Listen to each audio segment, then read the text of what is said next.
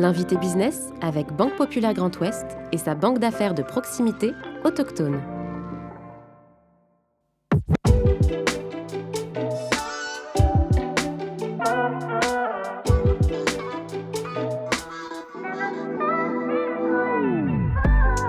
Elle est la 6e génération à la tête de l'entreprise familiale fondée à Saint-Malo il y a 160 ans.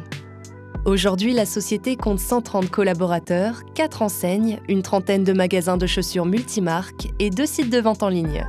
Fanny Bessec, directrice générale de Bessec, est aujourd'hui l'invité business. Bonjour Fanny Bessec. Bonjour Clément. Merci d'avoir accepté notre invitation dans le fauteuil de l'invité business. Vous incarnez la 6e génération à la tête de cette entreprise créée en 1862. Vous avez fêté cette année vos 160 ans d'histoire, d'entrepreneuriat. C'est un monument que vous portez là, si je puis dire. Est-ce que c'est facile tous les jours de gérer cet héritage, d'être dépositaire de cet héritage familial ? Je ne me pose pas la question. C'est une chance. Évidemment, c'est un engagement fort. 160 ans cette année, on l'a fêté avec nos collaborateurs d'abord et puis aussi en mémoire de tous nos aïeuls, on a fait une campagne de communication et voilà, on est fiers de pouvoir le raconter, mais il faut écrire la suite aussi. Est-ce que c'est évident de succéder justement à son propre père et puis d'abord, dans quel contexte s'est fait cette transmission? Est-ce que ça a été facile, fluide? Ça s'est fait par étapes. C'était pas forcément une évidence. J'ai intégré l'entreprise au départ pour quelques missions. Et puis ces missions m'ont plu, m'ont permis de comprendre le métier, toutes ses facettes. Puisqu'on est commerçant, assembleur de collections. Tous les 6 mois, on recommence au gré des saisons, des tendances. Donc voilà, je suis rentrée tranquillement après d'autres expériences vécues dans d'autres métiers aussi. Et puis, sans me dire que j'allais reprendre l'entreprise, je m'étais dit à toi d'être bonne et ça se fera par étapes. Alors, on peut revenir aussi sur votre parcours de formation et en tout cas professionnel. Est-ce qu'on peut dire que c'est compliqué de le dire comme ça, mais grâce ou à cause ou par le fait du 11 septembre 2001 que vous êtes aujourd'hui dirigeante de Bessec? C'est vrai que ça paraît étrange, mais en dernière année d'école de commerce, je suis partie à l'étranger, et notamment aux États-Unis. Et puis en été 2001, je suis rentrée faire une petite pause, j'avais 25 ans. Pour repartir, j'avais d'autres projets. Pour repartir, j'étais près de San Francisco. Et la semaine où je relançais mes pistes et les projets que j'avais, il y a eu le 11 septembre. Donc effectivement, ça a remis en question beaucoup de choses. Des amis me disaient ne reviens pas maintenant. Des projets finalement étaient en stand-by. Et donc je me suis dit que je ne repartais pas aux États-Unis, mais que je restais en Europe au départ. Je n'entrais pas à Saint-Malo intramuros. Donc oui, ça a été un moment charnière.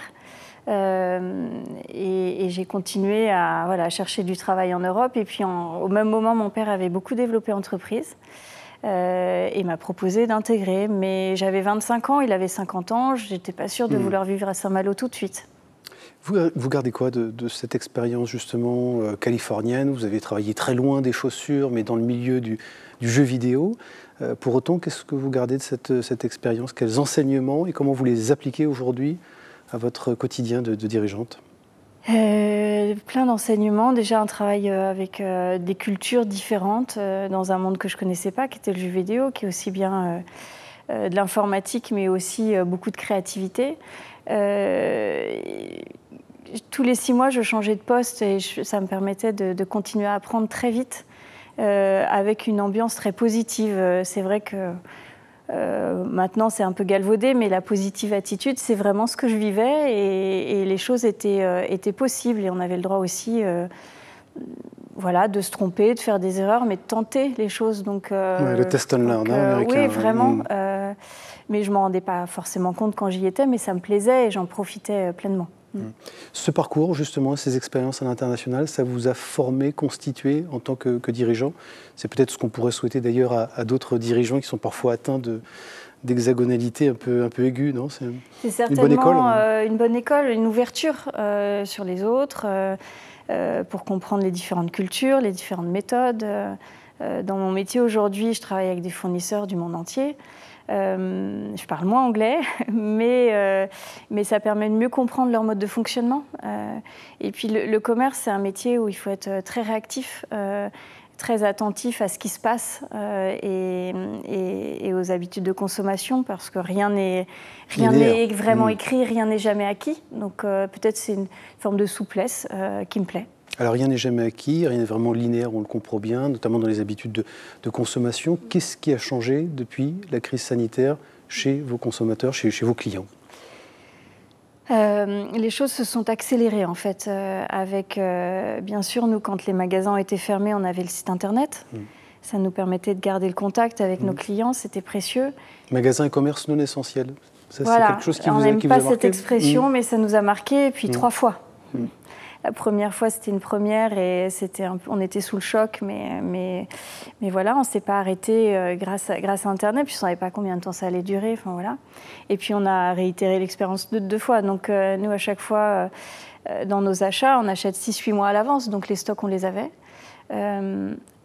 Le site nous a permis de garder le contact et on s'est rendu compte qu'à chaque réouverture, il y avait vraiment un besoin de nos équipes de retrouver le lien avec les clients, de nos clients de nous retrouver. On est commerçants de proximité dans plein de villes en Bretagne. Le besoin du conseil, d'être accompagné dans ses achats, bien sûr. Voilà, du conseil et on a un lien social quand on est commerçant. Et quand on est commerçant, que ce soit dans un centre-ville ou dans une galerie marchande, on fait partie de la vie. Et je pense qu'il y a eu une prise de conscience de nos clients, que c'était bien triste quand on était fermé. Et de nos équipes, finalement, ils comprenaient tout le sens qui est de leur passion de leur métier, de pouvoir conseiller. Accélération quand même du digital, multicanal. Oui, c'était déjà, bien sûr, c'était déjà, nous, le site internet existe depuis 10 ans. C'était un magasin parmi d'autres, un apporteur d'affaires pour les magasins, une souplesse de service. Mais tout s'est accéléré. Alors, une petite expérience qu'on a faite à la sortie du premier confinement, c'est qu'on a fait les rendez-vous privilégiés.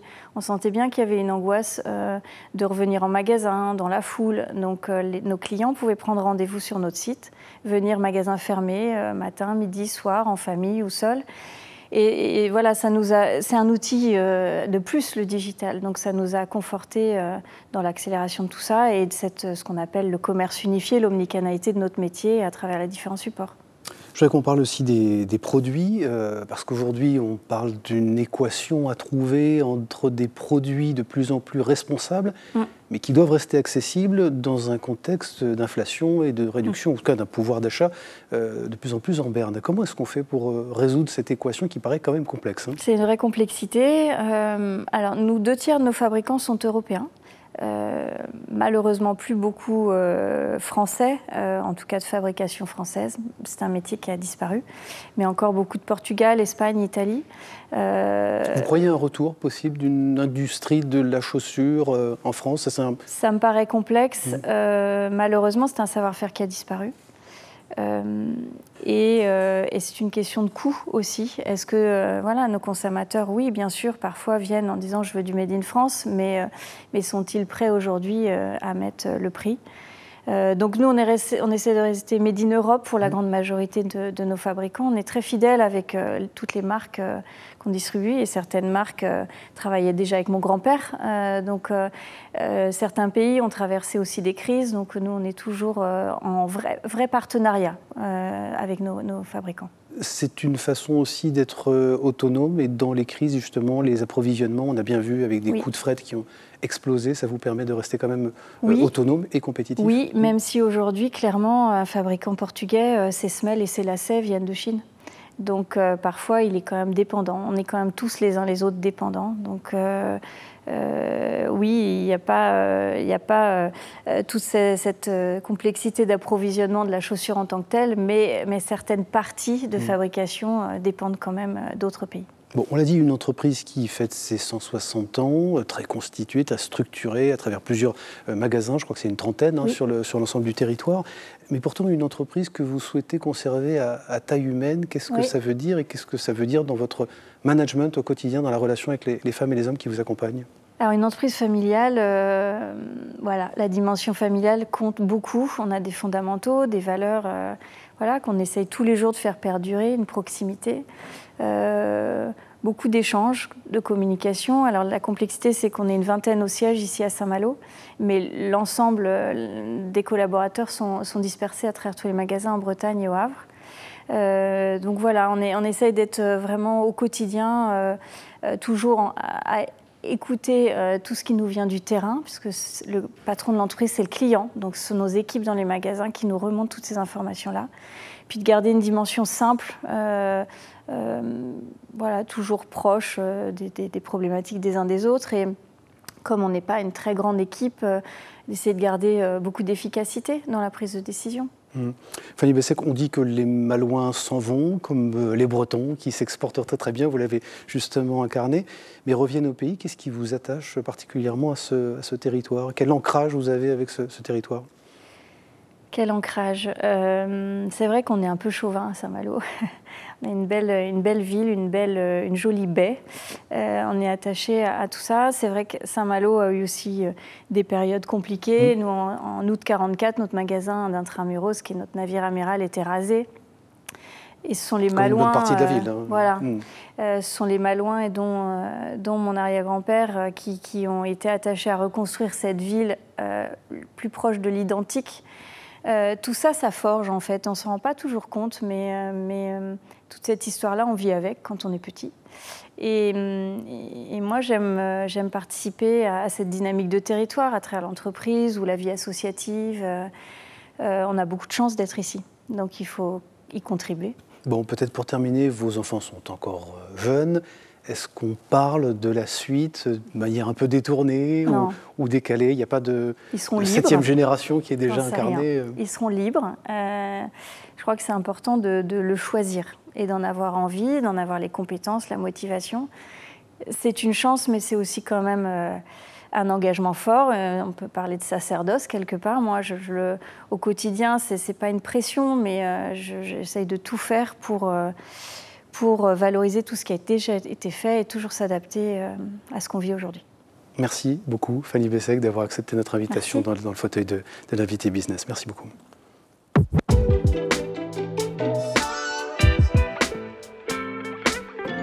L'invité business avec Banque Populaire Grand Ouest et sa banque d'affaires de proximité autochtone.